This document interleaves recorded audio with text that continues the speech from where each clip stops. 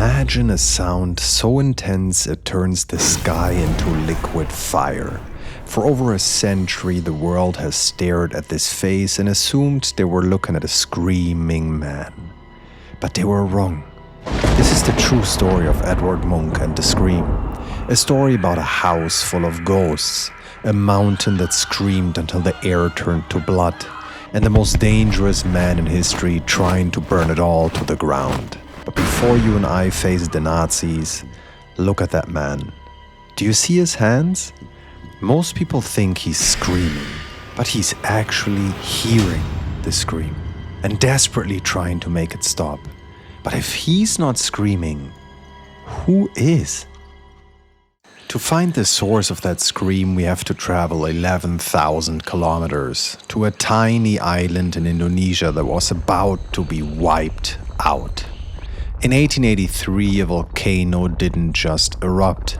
It screamed for 5 months straight and triggered a 30-meter wall of water that swallowed 36,000 people. The blast was so violent, it made every human within 40 miles deaf. And then it circled the entire globe 7 times. Look at the sky behind him. Those aren't just artistic colors. They are tongues of fire made of sulfur and ash that stayed in the atmosphere for years, turning every sunset into a pretty bloodbath. The noise of the explosion was even recorded in Norway, but here's the strange part. The human ear couldn't actually hear it. But that day it brought out something in Munch, something that has pained him since he was a child. You see, macabre visions and nightmares have haunted Edward since he was a little boy. But why do you think the son of a doctor felt like death was always lurking in the dark?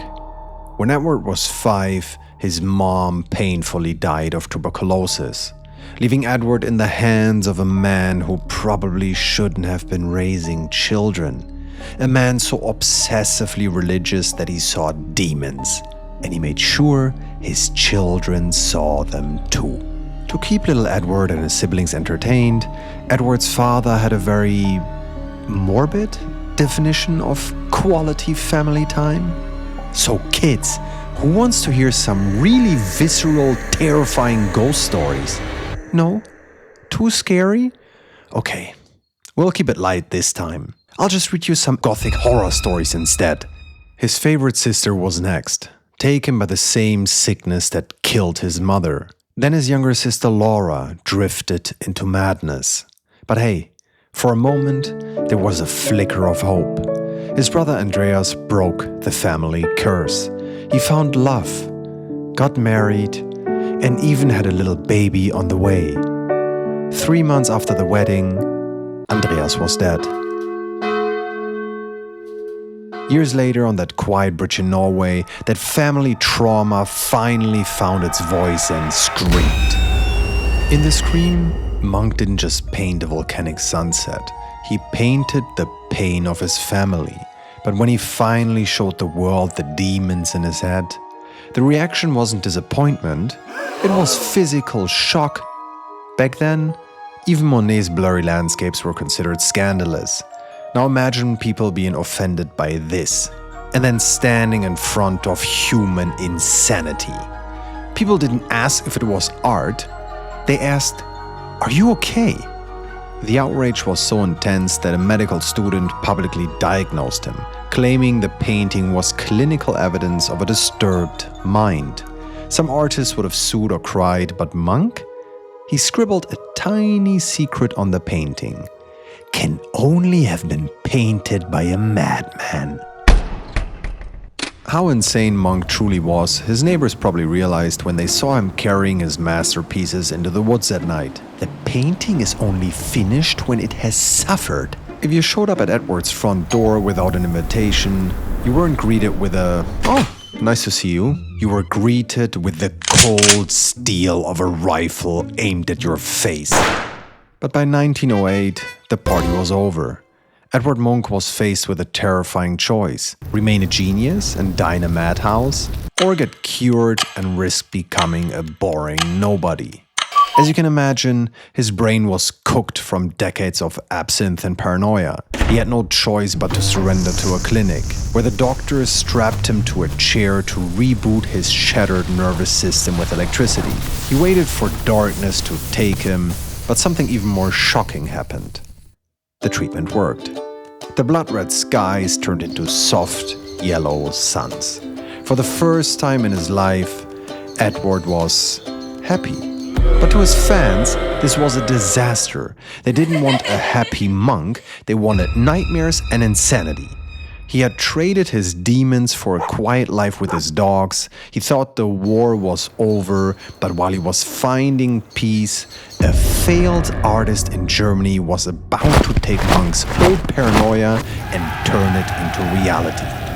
Adolf Hitler declared war on modern art, putting Picasso, Klee, Matisse, and Munch on a hit list of biological disasters. But inside Hitler's inner circle, his right-hand men were committing artistic treason right under his nose. While Nazi soldiers were ripping Munch's paintings off museum walls, Hitler's top leaders were quietly making phone calls. Publicly, they cheered Hitler on when he called Munch's art a product of a sick brain.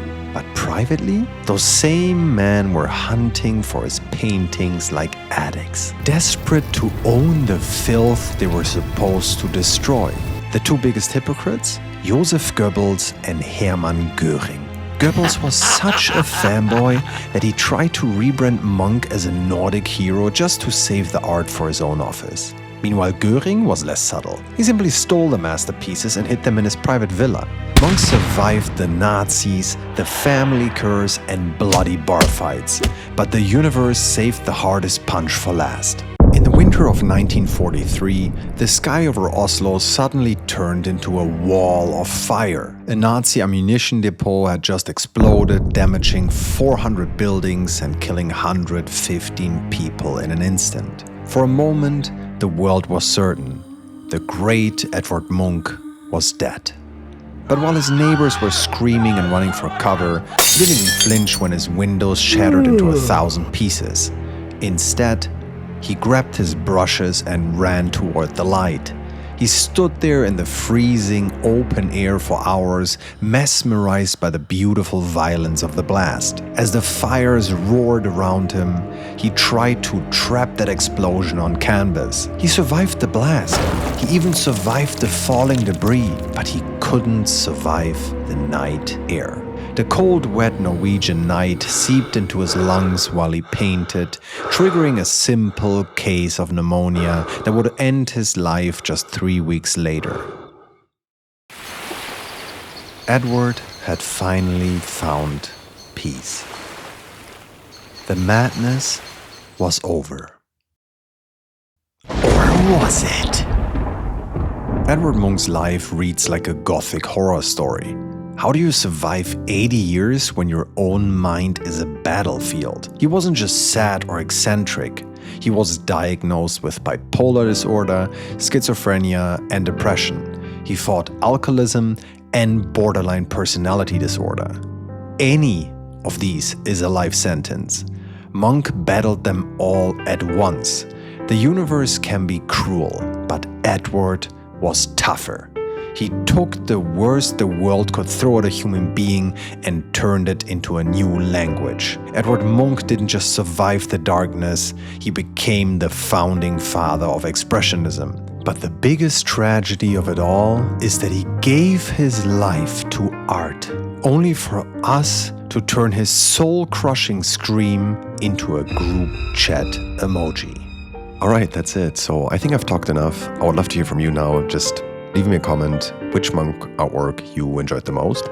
Leave a like, subscribe, and let's do this again sometime soon. Until then,